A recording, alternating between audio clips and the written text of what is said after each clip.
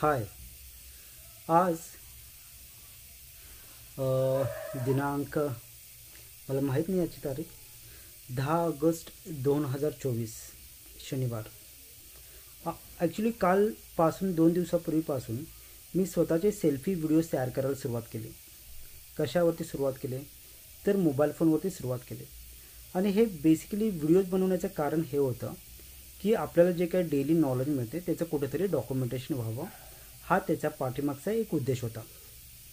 मग मी ते 2 दिवस व्हिडिओज केले आणि मी ज्याला त्याचा व्हिडिओचा आउटपुट फाईल बघितली आणि ज्याला मला हे लक्षात आलं की त्यातला जे काही ऑडिओ आहे तो अजिबात क्लिअर नाही आहे.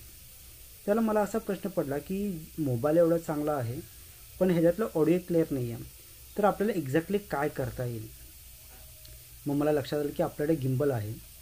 मी लगेच ताबडतोब गिम्बल काढलं आणि म्हटलं की तोच व्हिडिओ आपण गिम्बलमधून एकदा रेकॉर्ड करून बघूया.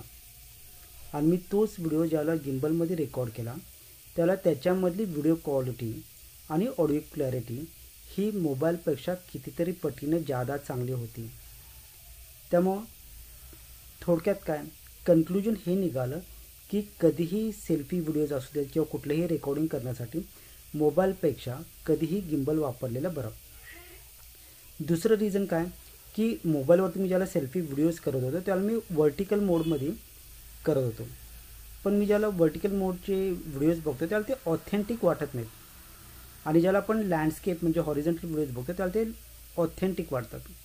त्यामुळे याच्या पुढं ज्या ज्या वेळेला व्हिडिओज करेन त्याला ते लँडस्केप मोडमध्येच व्हिडिओ शूटिंग करेन. ओके. त्यामुळे आत्ताचं कन्क्लुजन काय की ह्या व्हिडिओला टायटल असणार आहे की मोबाईल और गिम्बल आणि त्याच्यामधला जो काही विनर असेल तो आहे गिम्बल. त्यामुळं हे कन्क्लुजन नेहमी लक्षात राहण्यासाठी आत्ताचा हा व्हिडिओ आहे.